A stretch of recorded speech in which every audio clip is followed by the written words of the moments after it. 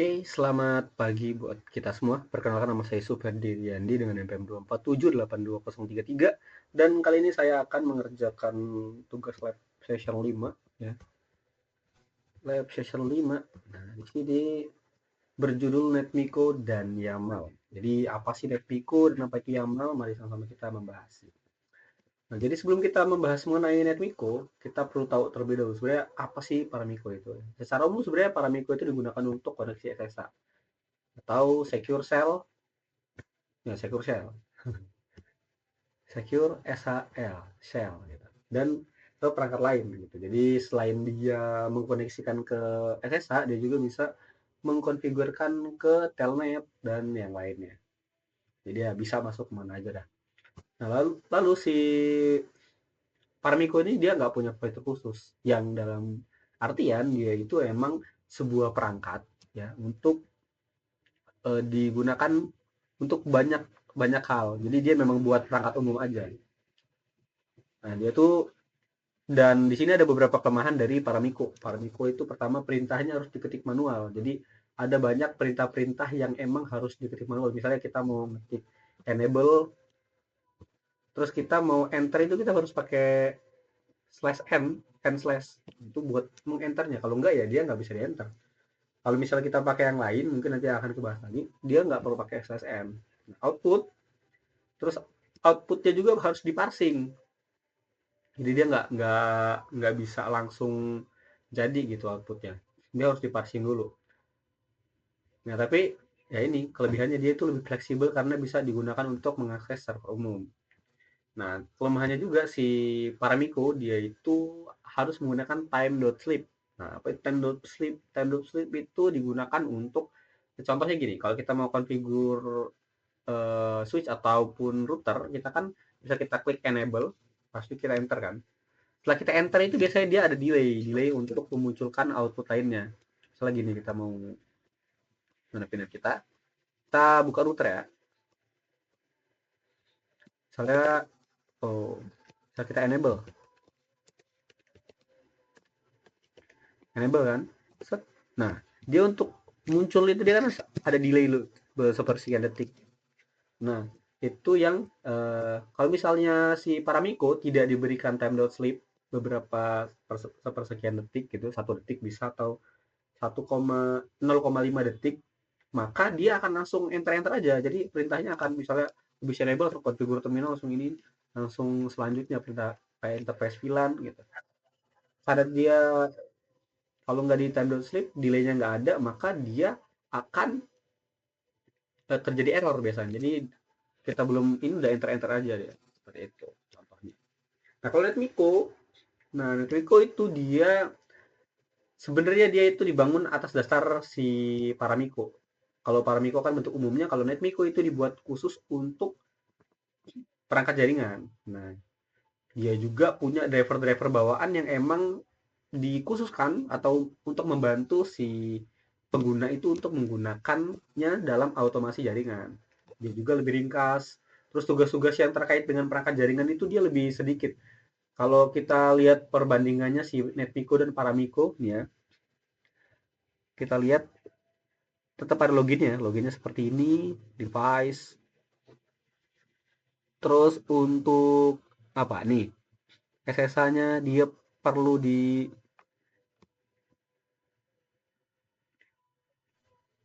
ditulis, pokoknya semua harus lengkap ya. Terus kita lihat ada di sini yang seperti yang saya bahas tadi, ada SSH clause, tuh, set out ini, set out stdin, stder, dia memang harus diketik secara manual karena dia nggak punya driver bawaan yang dimiliki oleh si ini si NetMiko. NetMiko ini punya driver bawaan, jadi si ini kita nggak perlu jalankan ini set out sender.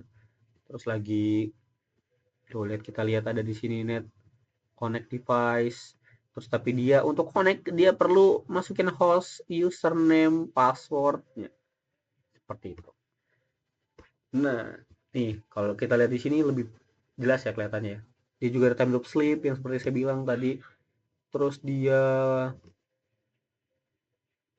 itu seperti ini banyak deh ya perintah-perintahnya. Mungkin kita akan langsung saja ya. Nah, ini kita akan masuk ke exercise 1. Jadi exercise 1 itu kita buat ini ya. Kita buat topologi, karena topologi sudah buat jadi nggak perlu. Ini kita apa saja. Nah, mungkin yang pertama kita mungkin NAT-nya terhubung ke internet ya. Ya, kita coba dulu ya. Kita pastikan dia terhubung ke internet, jadi kita buka dulu. Ini cancel ya.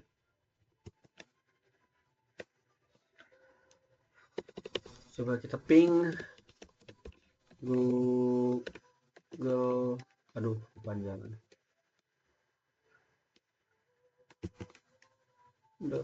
.com. Nah, reply ya. Jadi dia sudah bisa pastikan bahwa dia terkoneksi ke internet. Control Z. Wah. Oke, selanjutnya kita akan coba install si NetMiko. Kita menggunakan perintah install NetMiko.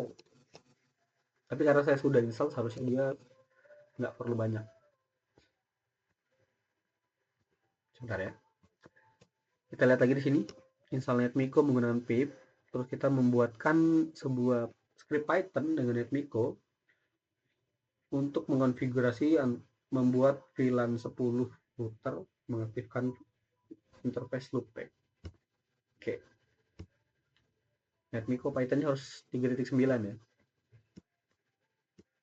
Karena kita sudah menggunakan PyNV, jadi seharusnya apa ini? Oke. Karena kita sudah menggunakan PyNV, seharusnya dia sudah ini. Tuh, already ya. Jadi dia karena sudah terinstall, jadi itu sudah ada. Nah, kita coba cek Python. Min version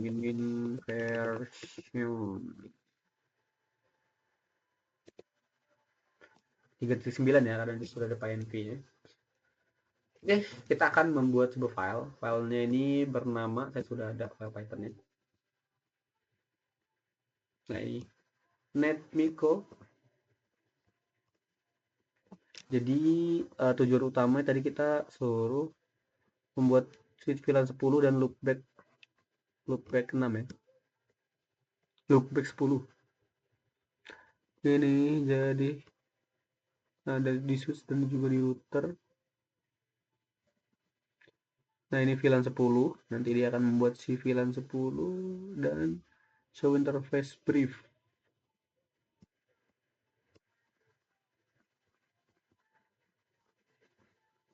Why?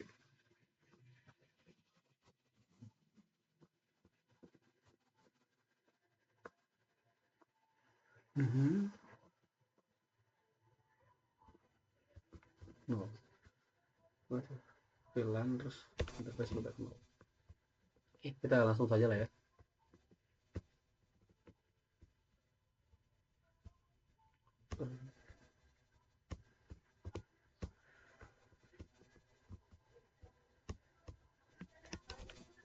Nano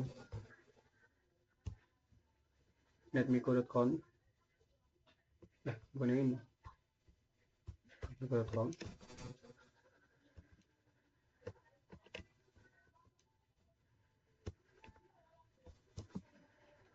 Bentar. Lalu kita copy si code-nya.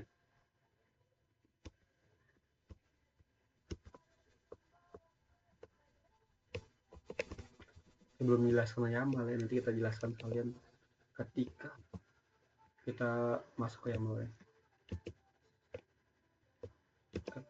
Oke. Kalau kita misalnya jalankan si konten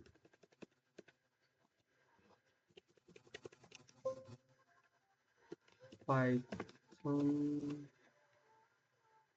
netmiko.com UI menghubungkan ke router. Nah, dia seperti dia. VLAN-nya banyak juga.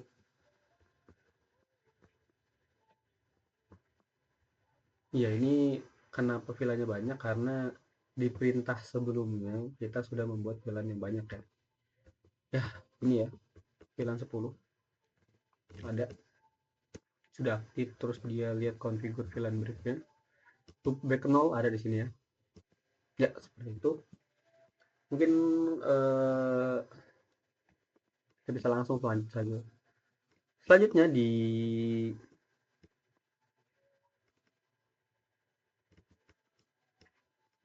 nah ini di sini di exercise 3 kita tuh disuruh untuk menyimpan informasi router ke dalam file YAML.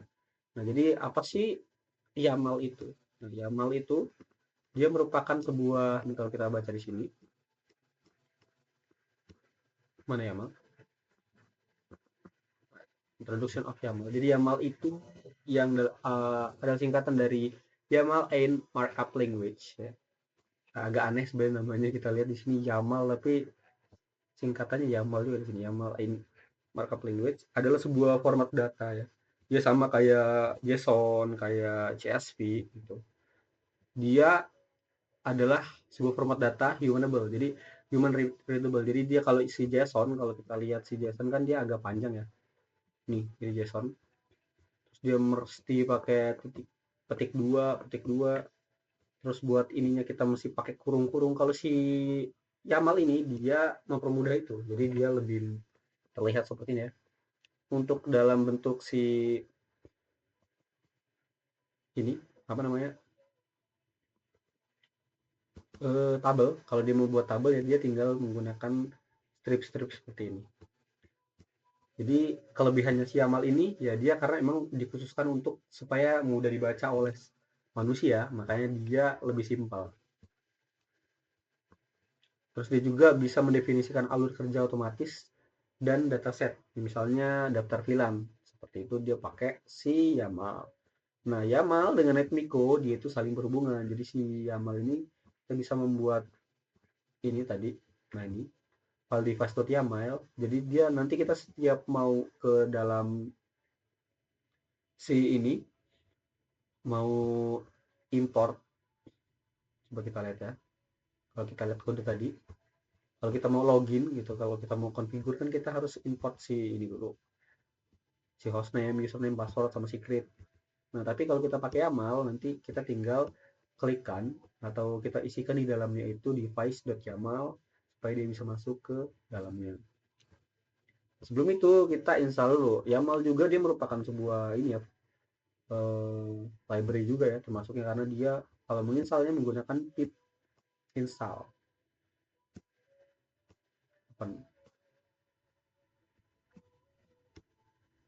Tuh,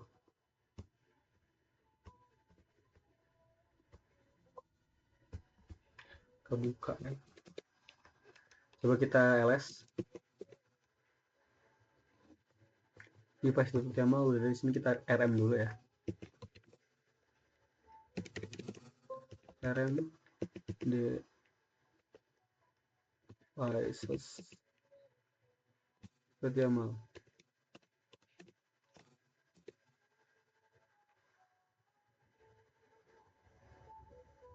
Ya, nanti kita edit aja lah ya. Kita ulang. Oke, kita bisa apa tadi kita mau ngapain ya?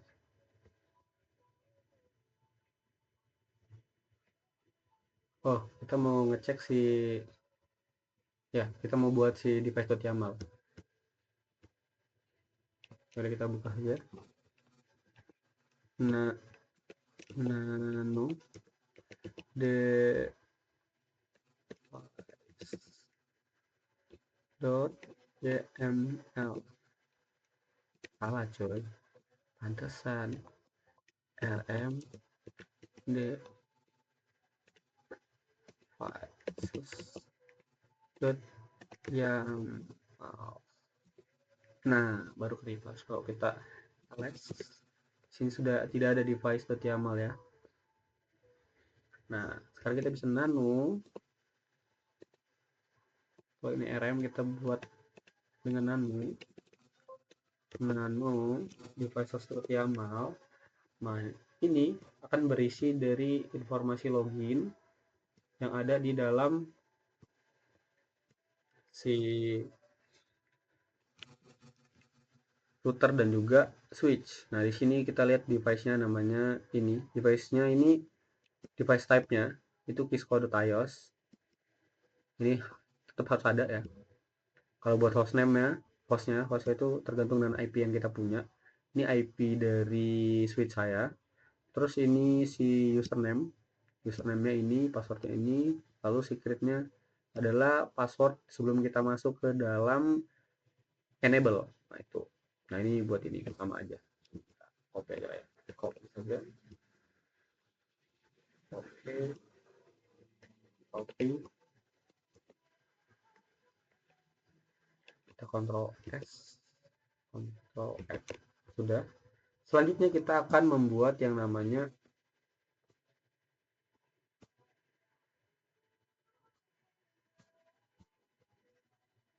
nih YAML config all. Ya, YAML config all. Kita bisa langsung saja. Nah, oh shit. YAML config all. Enter.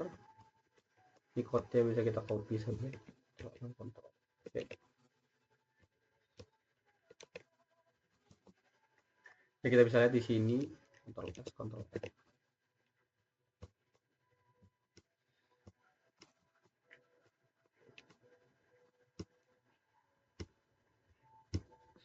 Nah, di sini exercise 3 byte. Jadi di sini kita disuruh untuk mengkonfigurasi seluruh perangkat YAML dalam file YAML.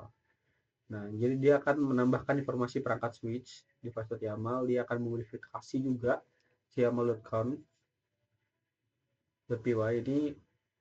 Nah, sebelumnya sedemikian sehingga semua perangkat yang terdaftar pada file YAML akan dikonfigurasi.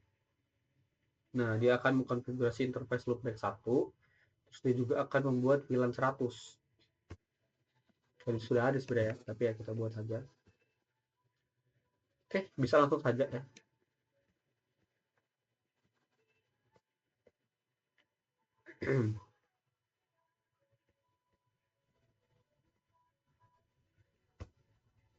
Garing kan udah sih. Sudah ada tadi, kita tinggal jalankan ya Python.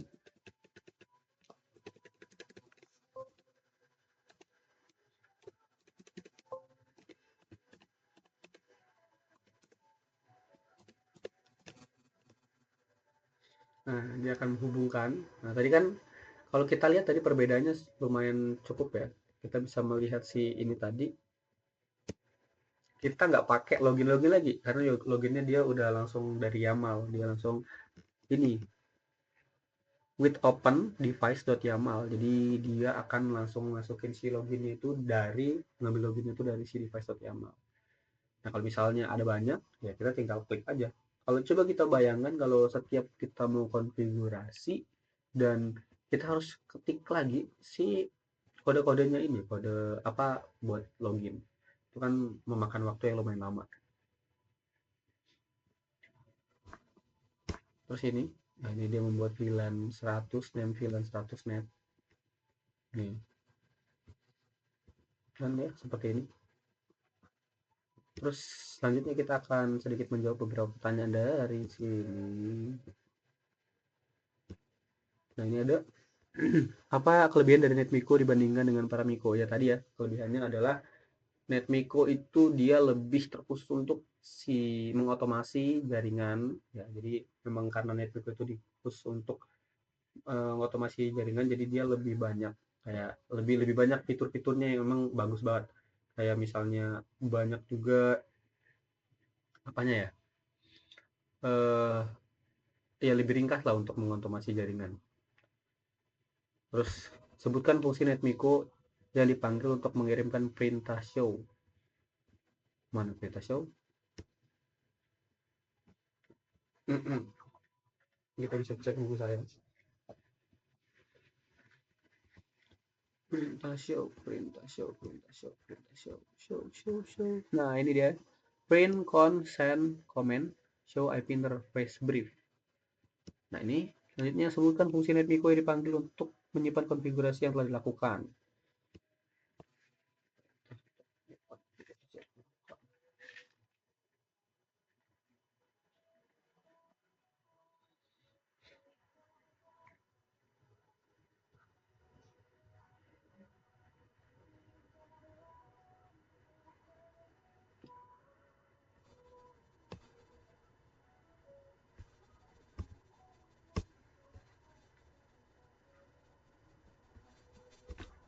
Mana send config?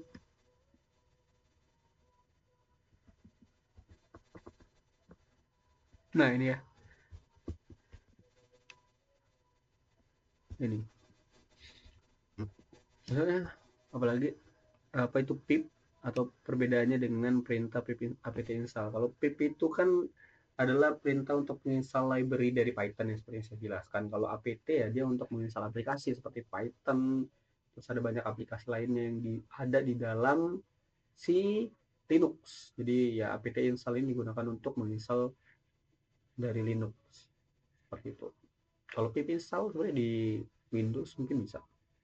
Kita pakai config, pakai ini, command prompt. Mengapa YAML lebih sering digunakan otomasi jaringan dibandingkan dengan JSON? Karena lebih mudah ya, lebih lebih mudah, dia lebih ringkas juga, dan dia karena emang dikhususkan untuk membuat supaya lebih mudah dibaca oleh manusia. Jadi kalau kita bandingkan dengan file ininya si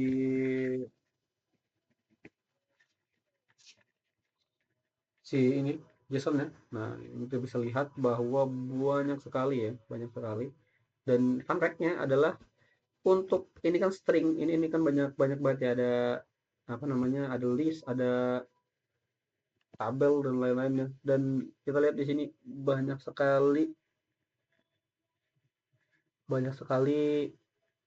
tanda kurung ya. Nah, seperti itu. Mungkin ini saja video dari saya. Mohon maaf jika ada salah kata. Saya akhiri. Selamat siang.